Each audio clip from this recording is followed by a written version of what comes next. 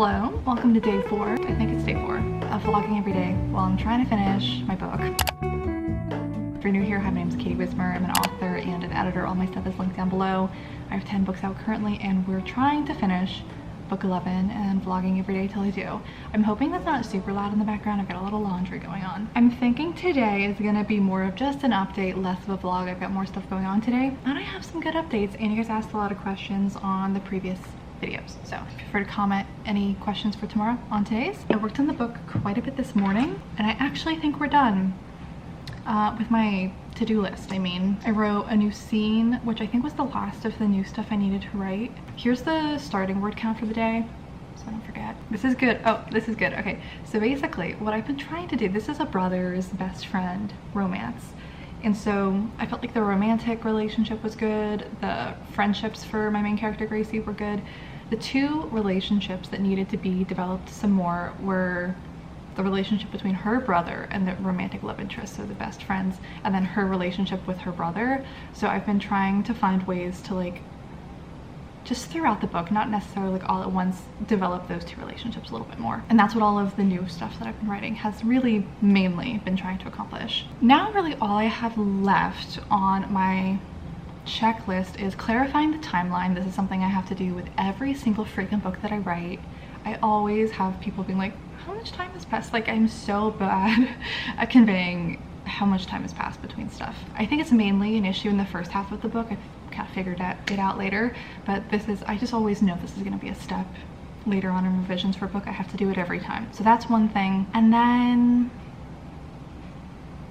yeah, it's just like more, I want more like small town vibes in it because it's set in a small town. So it's more of these things that I'm gonna sprinkle throughout, which means we are, I think for the most part, done with this draft, and now I'm gonna start from the beginning and go in chronological order because I've been just like jumping around up until now, and on a chapter by chapter basis just see if there's anything else I can sprinkle in. And I think I'm gonna do that simultaneously with the line edit, which means we are officially done with this phase of the book. It's gonna be a pretty heavy-handed line edit then because I'm also accomplishing some other stuff, so it'll be a little bit slower than usual. But that's where we are, unless I dig out some other feedback that I forgot about. I think I've done everything I wanted to do. So after writing the new scene this morning, that has brought our word count to 99,260, which honestly, I thought we were gonna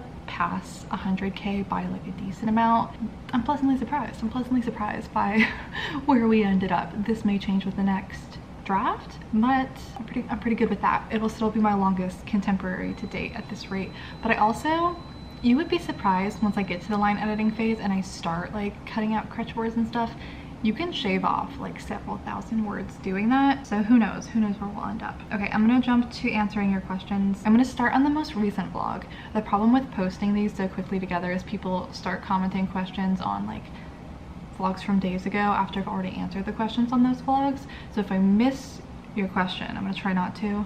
It's because it gets disorganized. This is a frequently asked question. This is easy to start with. What other genres do you plan on writing after you're finished with Gracie's book? None. I don't plan on branching out any more. I feel like I did that at the beginning of my career and now kind of like honed in on what I want to stay focused on.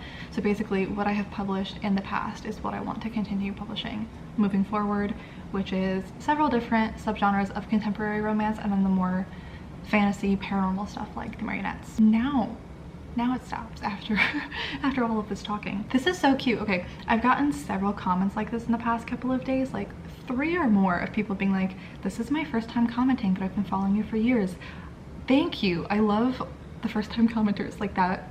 I really appreciate that. Those always make me really happy when I see them. Anyway, your question was not writing related, but I always love to ask people what their biggest life lesson / piece of advice is. Life lesson. This is technically not for me. Like, I heard someone else say it, but it really resonated with me. And this can do with romantic relationships, friendships, any kind of relationships in your life. If you randomly woke up in that person's body tomorrow, would you proud to be them? Would you like want to go about in life as that person? Would you be proud of who you are? Would you enjoy being them? And if the answer is no, I would take a look at why and then reevaluate whether or not that person deserves to be in your life. Another non-writing related one, what kind of home workouts have you been doing lately? I need inspiration and don't feel like going all the way to the gym.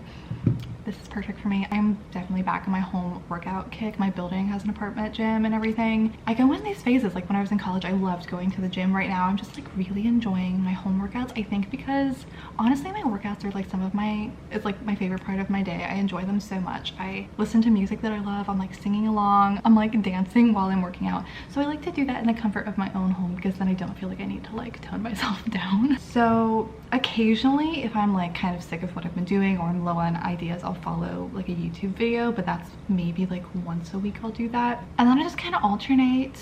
I usually do like a lower body day, a back and bicep day. That one's my favorite.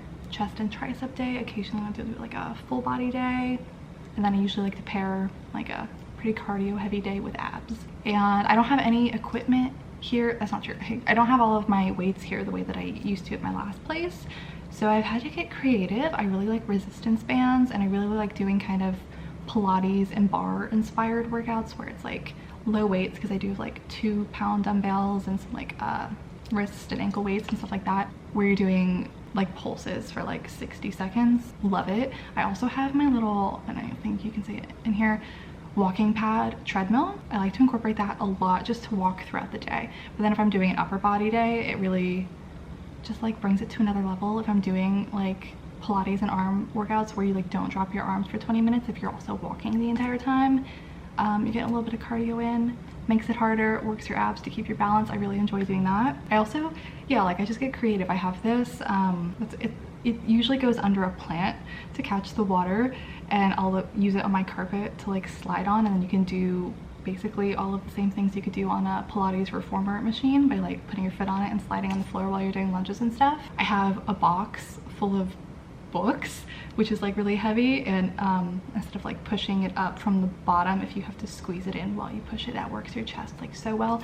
Getting creative, it actually makes the workouts more fun for me. So what kind of stuff have I been doing lately? I don't know, I've been working out for so long that I just can kind of figure them out as I go. What do you do with printed drafts of your manuscripts? I always keep one draft just for comparison, but I have numerous storage boxes of second, third, fourth, etc. printed drafts. Do you shred yours or do you keep them? I actually don't personally print my manuscripts. I haven't done that in like at least 10 years, I don't think. I do keep all of my old drafts saved on my computer, and by the time I print something out, it's usually like almost a final draft, and I'll get just like a print copy through KDP to proofread in.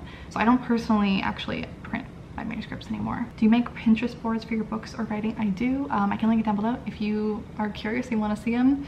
I usually will do that just to kind of help with the brainstorming phase of a book. It's usually pretty early on that I'll make those.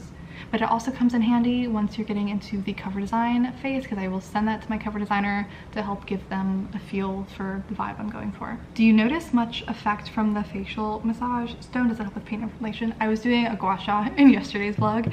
So yeah, I really love that. It helps with lymphatic drainage, which I have a hard time with. My lymph nodes under here tend to get very swollen, so it just kind of helps drain all of that out.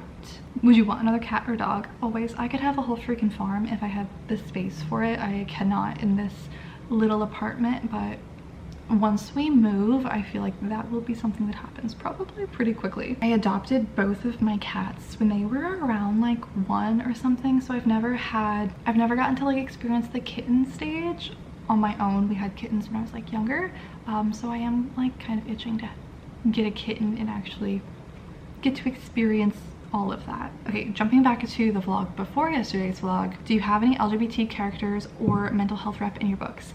Yes, for most of them. Yes to both for most of my books. Actually, I can do this really quickly. The Anti-Virginity Pact, yes to both. The anti-relationship year, definitely yes to mental health rep. That's a really big focus of this book actually. I cannot remember if there is any LGBT representation in this one though. In the Marionettes series, yes to both. In fact, it's more rare to find a straight character in the Marionettes actually. And then for Broken Perfect Lies, yes to mental health rep. Again, I cannot remember if there's any LGBT representation in that one. So if it's not super memorable, if it is in there, it's probably not super prevalent. But in general, all of my books have at least one, most of them have both. Will this be a traditional series or interconnected standalone? Speaking of Gracie's books, they are interconnected standalones. I would recommend reading them in order. but you could start with any of them and it would be fine. And then finally, this will be the last question for today. Can you share what books or shows you've been enjoying? Some other questions I did see were about books, and this is why I did not answer them. I have not been reading lately. I do kind of find that to be difficult more often than not with my job. If I'm writing a lot throughout the day or I'm working on editing clients throughout the day, when I'm finally done, reading is not usually the thing that I turn to anymore. I've been trying to like get back into it, but I go through waves. I usually will read nonfiction more often than not these days. I'm rereading The Mountain Is You. I really enjoyed this back in, I think 2021 is when I first read it. So I just restarted it because I'm not very far. As far as shows, I've been watching Gilmore Girls. I actually never watched it before, so this is my first wave through. That's been like a nice, just kind of like cozy show to have on in the background. So I've been watching that, and then if I'm not watching that, I'm probably watching a horror movie. I think those are all the questions. If I didn't answer yours, it's because I didn't see it, so feel free to comment it again. Like I said, I think I'm done with this like phase of the book. We're still doing like little developmental edits, but since I'm starting back from the beginning and I'm not like looking for certain things, I'm just kind of sprinkling things throughout. In my brain, that like feels like a new phase. So I don't know if we're gonna keep up with the daily vlogs. It might move over to weekly. We'll just see how I'm feeling. But thanks for hanging out with me for the past couple of days. Thanks for helping keep me accountable. This clearly has been helpful. I told you, once I sat down and like just focused on it, I felt like I could knock this out pretty quickly. I'm excited to move into the next phase because I haven't read this through from the beginning, since I've added all of the new stuff obviously, but I haven't read it all the way through in a while either. So I'm curious to do that just to kind of see how it flows, see how the new stuff fits in, if it helps. I'm excited about where the book's at. I'm hopeful. I'm feeling good about it. But I think that's gonna be it for today's video. Thank you guys so much for hanging out. Everything you could possibly want is linked down below in the description, and I will see you in our next video very, very soon. Bye.